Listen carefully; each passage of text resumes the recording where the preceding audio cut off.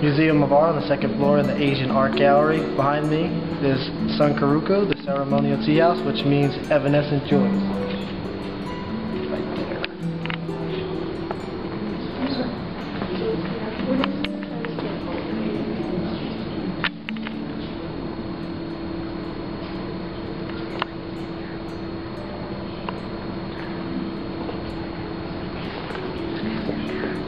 So, is the tea house one of the most popular sites in the museum? Or? Yes, the tea house is definitely one of the most popular galleries, primarily for school tours. The children really love it.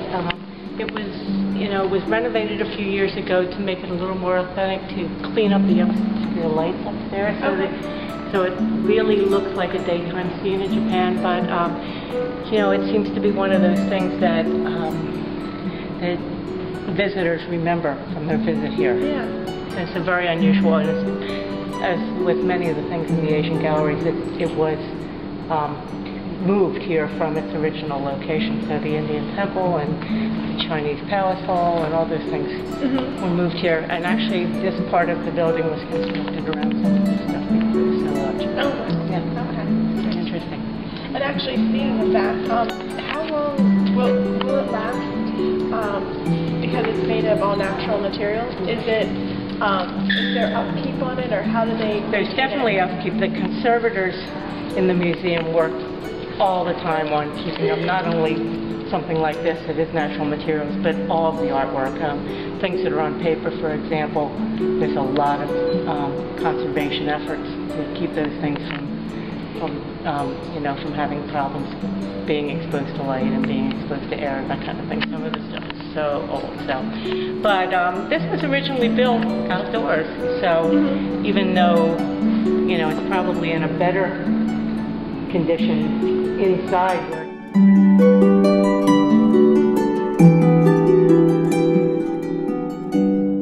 The Japanese use the tea ceremony and tea house today. Oh, absolutely. Oh, absolutely. Very seriously. Okay. That's a big part of their tradition. Okay, that's what we weren't sure if it was. No, absolutely no. That's not.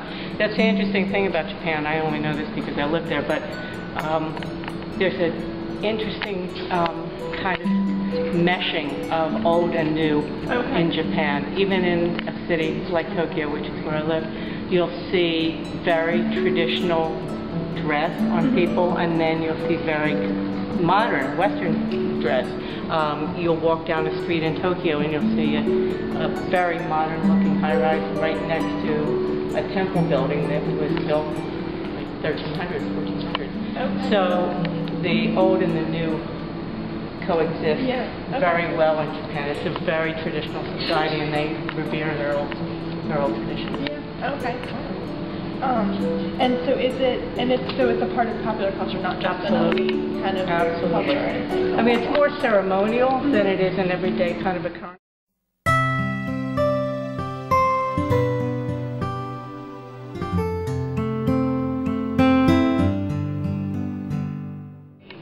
Absolutely. I mean, it's more ceremonial than it is an everyday kind of occurrence, but it was always that way. Okay. It was always that way. And then, do you know, is there more of an everyday version of the tea ceremony, or is it something separate? The tea ceremony itself is very strictly performed. Okay. They have a way that they do it. They china that they use. They have a particular kind of tea. It's brewed a certain way. You dress a certain way. You sit a certain way. I mean, it's very strictly sort of regulated. But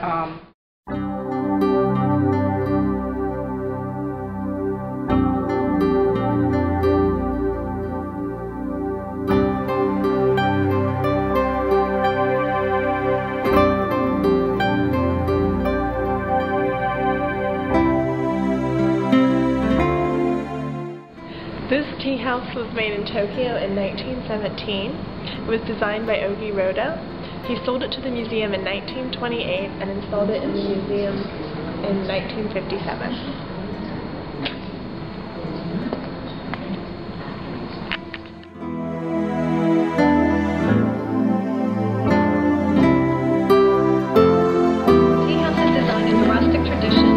Artless style of the 15th century artist Agori Sotaro.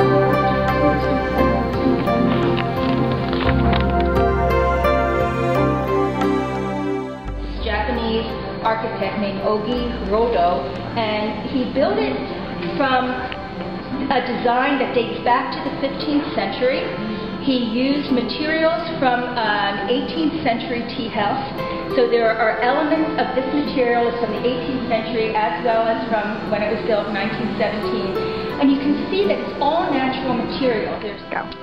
The materials used were wood, bamboo, stone, metal, rush, plaster, paper, ceramic, fabric, and mulberry. C is a simple version of G.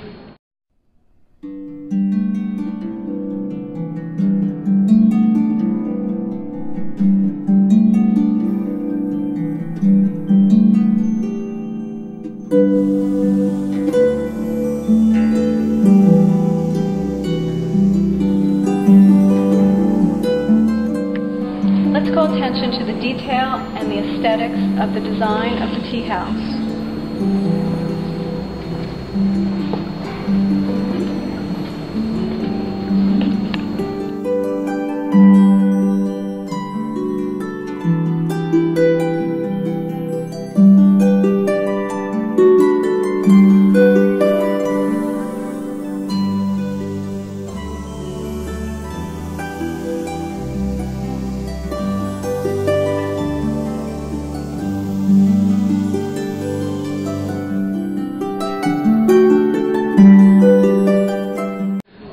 A tea house is a refuge from the routines of daily life. Proximity to the garden is important as it can be viewed from both buildings. Everything inside is carefully planned and placed. Stones that you see are irregular on purpose, and you might have found yourself wondering, where you're going to walk, and the museum did this on purpose to make you think of the moment. It's supposed to make you, aware of where you are. To be made, what is to be served, what is to be talked about. You can talk about the calligraphy, you can talk about the tea, can't talk about business, can't talk about anything personal. It's really supposed to clear your mind of clutter and just, make it more peaceful. And it's still going on today from what I hear. This was used in some ceremonies, very prominent people